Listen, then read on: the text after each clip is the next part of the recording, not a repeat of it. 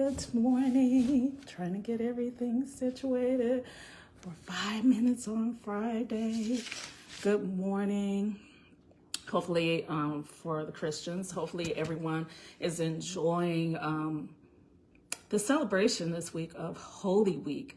We're about to get to Resurrection Sunday. 5 minutes on Friday, coming in quickly to do this 5 minutes on Friday. Good morning, good afternoon, good evening, whatever time you are watching this at. Hello to everyone for 5 minutes on Friday.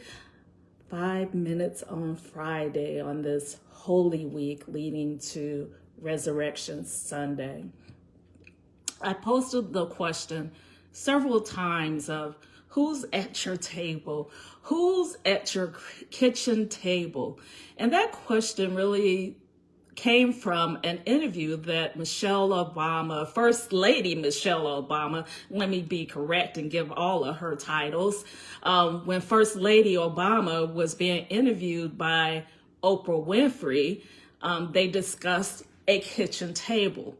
And what First Lady Obama said about the kitchen table, she said the kitchen table are her friends, her close community who have known her, some of them since she was on the south side of Chicago. The kitchen table are those people where she doesn't have to pretend to be something she's not. She can just be Michelle. She can just be herself. And she called that her kitchen table. And I thought about the kitchen in the house or in an apartment, and the kitchen normally is not right at the door. The kitchen, you have to go through the house to get to the kitchen. And everyone who rings your doorbell or comes to wherever you're staying, if you're housed, not to take anything away from those who may not be housed at this time, they have to go through portions of your house to get to the kitchen. So those who are allowed at the kitchen table are those who you usually have a relationship with, those you trust to sit down in your space and commune and eat with and just be in community with. So as I was thinking of the table in this Holy Week, on yesterday we celebrated the first Last Supper is what we call it, or the first communion. And Jesus was at a table with his disciples. The disciples are the 12 that he chose to be with him, that he personally selected to be with him. And of the 12, one of those at the table was Judas, who would later betray Jesus. Also at the table was Peter and the other disciples as Jesus talked about his resurrection, who said, hey, Peter was like, hey, I'm never going to deny you. I'm never going to run away from you. But all these people with these different personalities who he selected were at the table with him.